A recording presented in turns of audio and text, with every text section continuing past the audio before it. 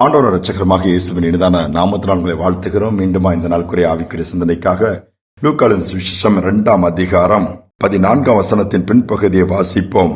மனுஷர் மேல் பிரியமும் உண்டாவதாக என்று சொல்லி தேவனை துதித்தார்கள். இயேசுவின் பிறப்பு மனுஷர் மேல் பிரியம் உண்டாகும்படியா என்று சொல்லி தூதர்கள் பாடுகிறார்கள். ஏன் மனுஷன் மேல் இயேசுக்கு பிரியமில்லாமலா இருந்தது? இயேசு மனுஷனை பிரியத்தோடு தான் உருவாக்கினார். ஆதியிலே லூசிபர் என்கிற தூதன் அவனோடு உள்ள ஒரு கூட்டமும் ஆண்டவருக்கு மேல தங்களை உயர்த்தினதனாலே கீழே தள்ளப்பட்டார்கள். அந்த விழத்தள்ளப்பட்ட தூதர்கள் மேல் கூட ஆண்டவருக்கு பிரியம் இருந்ததாக சொல்லப்படல. இருந்தா அதற்கு மாற்று வழி அவங்க மீண்டுமா பழையபடி நிலைமைக்கு வருவதற்கு வழியை ஏற்படுத்தி கொடுக்கல.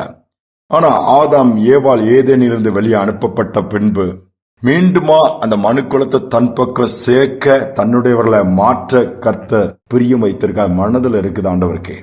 அதை செயல்படுத்தும்படியாதான் குமாரனாக இயேசு அனுப்பினாரு. மனுஷன் மேல் பிரியம் இருந்துச்சு, அந்த பிரியத்தை அப்படியே நிகழ்த்தி காண்பித்தார். குமாரனாக இயேசுவை அனுப்பி எவ்வளவா உங்களை நேசிக்கிறேங்கிறத காண்பிக்கும்படியா கல்வாரி சிலுவையில ஒப்பு கொடுத்து வேதத்தை சொன்னபாடி நித்திய ஜீவனெல்லாம் பெற்றுக்கொள்ளும்படியாய் தந்தர்லி அன்பா இவ்வளவாய் அன்பு கூர்ந்தார் வேதம் சொல்லுகிறது. ஆண்டவர் அன்பை காண்பிக்கிறாரு. மனுஷன் மேல் உள்ள பிரியம், அந்த ஒரு அன்பு. ஏன்? நான் உருவாக்கின பிள்ளைகள், நான் உருவாக்கின மனுக்குலம், இதை எப்படி நான் இழப்பேன்? மீட்கும்படியாக அந்த பிரியம்தான் பெரிய கரையமாக சொந்த மகனை கொடுக்க நேர்ந்தது. நம்முடைய வாழ்க்கை யோசித்து பார்ப்போம். அந்த அன்பை நம்ம நினைச்சு பார்த்துருக்கிறோமா?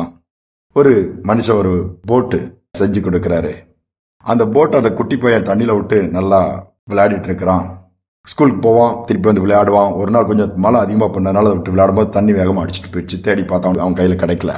நாட்கள் போச்சு. ஒரு நாள் கடை வீதியா போகும்போது போட் விற்கிற ஒரு கடை இருக்குது. அதை பார்த்து டேடி எனக்கு ஒரு போட் வாங்கி கொடுங்க. அங்க போய் பார்த்தா இவனுடைய போட்டே அங்க இருக்குது. இவனுடைய போட்டே அங்க இருக்குன்னதும் டேடி ஓடி போய் எடுக்கிறான். இது என் போட்டுலான்னு சொல்லிட்டு இந்த கடை ஓனர் சொல்லார், தம்பி அதை எடுக்காதங்க வை, இது எனக்குள்ளதுங்க, எங்க டேடி வாங்கி கொடுத்ததுங்க, என் டேடி தான் அதை செய்து கொடுத்தாரு. நோ, அங்க வச்சிரு. அதுக்கு அப்ப என்ன வேணும்? அப்ப நான் அதுக்கு இவ்வளவு பணம் கொடுக்கணும்னு தான் அது தகப்பனும் பணத்தை கொடுத்து தன்னுடைய போட்டு தான் காணாம போச்சு, இன்னொருத்திட்ட மாட்டிடுச்சது, அதை எடுத்து திருப்பி கொண்டு வரணும்னா அதுக்கு கிரயம் செலுத்த வேண்டியது இருக்குது. கொடுத்த தம்பி அப்படியே அதை அப்படி அணைச்சு முத்தமிட்டு அந்த போட்டு எடுத்துட்டு வீட்டுல போய் விளையாண்டானா பத்திரமா வச்சுக்கிட்டானா. அவனுடைய அந்த போட்டு மேல இருந்த பிரியத்தை அங்க காண்பிக்கிறான். அதே போலதான் காணாமல் தூரமாய் காணியாட்சிக்கு புறம்பாய் தொழுவத்துக்கு வெளியே நம்ம போன நம்மள இயேசு தேடி வந்தாரு. மீண்டுமா மீட்கும்படியா தன்னை கொடுக்க கிரயமாய் செலுத்த அப்படிப்பட்ட ஒரு கட்டாயம் ஏற்பட்டது, செய்து காண்பித்தார். இதற்கான காரணம் ஒரே ஒரு வார்த்தை சொல்லப்போனா மனுஷன் மேல் உள்ள பிரியம். ஆண்டவருக்கு மனுஷன் மேல் உள்ள அன்பு, பாசம், இதுதான். எனக்கு அந்த இதை நம்ம நினைச்சு பார்க்கிறோமா? எவ்வளவு அன்பா ஆண்டவர் என் மேல இருந்ததுனால தன்னையே பலியாய் கொடுத்திருக்கிறார நினைச்சு பார்த்தோம்னா நாம் அதிகமா இயேசுவை நேசிப்போம். இயேசுவை நேசிச்சோன்னா அவருடைய கற்பனைகளை கை கொள்வோம், அவருக்கு ஊழியம் செய்வோம். இன்னைக்கு நம்ம தாழ்த்தினால ஒப்பு கொடுப்போம். அவர் இயேசுவின் பிறப்பு ஆண்டவர் மனிதன் மேல் வைத்திருக்கிற பிரியத்தை காண்பித்தது, மீண்டுமாய் ஒரு தொடர்பை ஏற்படுத்தினது. நாம் அவருடையவர்களாய் அவர் நம்முடையவராய் மாறுவதற்கு எதுவா இருந்தது. இதனால நம்மை தாழ்த்தி மீண்டும் ஆண்டவர் கையில் அர்ப்பணிப்போம். தூரமா இருந்தோம்னா, ஒருவேளை தொலைந்து போன நிலைமையில இருந்தோம்னா, ஆதி அன்பை விட்டு பின்வாங்கி இருந்தோம்னா, இந்த நாள்ல இந்த கிறிஸ்துமஸ் நாட்கள்ல கர்த்தர் பக்கம் திரும்புவோம். அந்த நேசருடைய அன்பை நினைச்சு பார்ப்போம். அவங்க நேசிக்கல, அவங்க புரிஞ்சிக்கல, அவங்க சரியா பேசல, அவங்கெல்லாம் அப்படி இப்படின்னு புலம்புறதெல்லாம் தூக்கி போட்டுட்டு நம்ம நேசிக்கிற நேசர் உண்டு, நம்ம நேசிக்கிற ஒரு ஆண்டவர் உண்டு.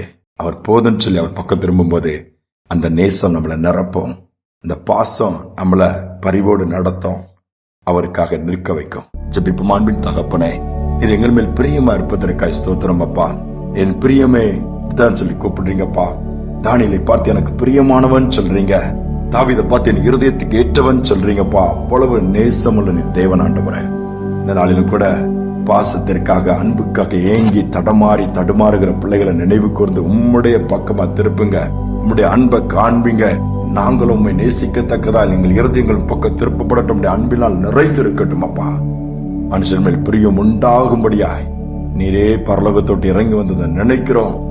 அதை நினைத்து தொடர்ந்து உம்மை சேவிக்கமை சார்ந்து கொள்ள எங்களுக்கு அனுக்கிரகம் பண்ணும். தாழ்த்தி ஒப்பு கொடுக்கிறோம். இந்த நாள் முழுவதும் நடத்தும் துதிகனமே ஏற்றுக்கொள்ளும். இயேசுவின் நாமத்தில் பிதாவே, ஆமேன், ஆமேன்.